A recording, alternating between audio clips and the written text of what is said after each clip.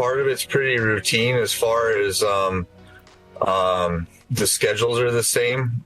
But at the same time, it's really dynamic because when we wake up in the morning, we don't really know what we're going to be doing for the day. And even after we get assigned something, that can change from hour to hour. So normally the camp gets going around 5:15 in the morning. And then we have breakfast, get the truck ready to go for the morning. And we go meet at a staging point down in Cave Junction. And then we come back, we do our work. We work between 14 and 16-hour days. And come back to camp sometime between 8 and 9 at night, grab some dinner, try to get a quick shower if we can, and go to bed. So really it revolves around working, eating, and sleeping is about how most of our days go.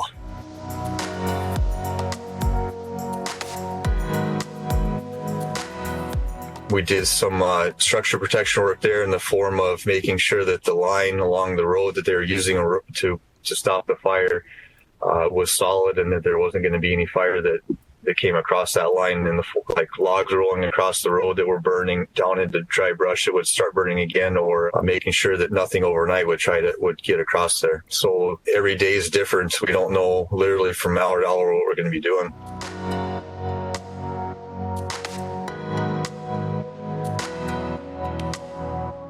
You know, there's people out waving. Everybody that drives by honks, especially the closer you get to the fire line, the more threatened the homes are. People are happy to see us here. We did have in Woodburn, Oregon, when we were driving out here, we were a few hours away from the fire still. We'd gone out in the morning to pre-trip inspection on the engine, and there was a girl that came by, and her mom was with her, and some firefighters just saved their house, and it wasn't us because we weren't there yet, but she wanted to thank a firefighter. And so she had drawn a picture, colored in a picture, and she stopped by the engine and dropped it off the morning that we were getting ready to leave Woodburn to come down here. So there's been a lot of good interactions like that, positive interactions, and people seem very appreciative of the work that all of us are doing. And just on this fire alone, there's over 1,200 firefighters.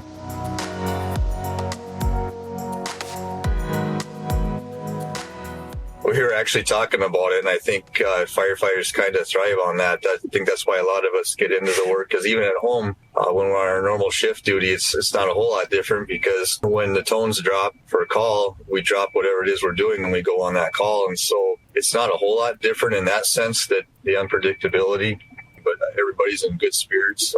We're resting well at night. If they're feeding us, great. So they always say if you keep a firefighter fed, they'll keep working happily, and there's some truth to that. So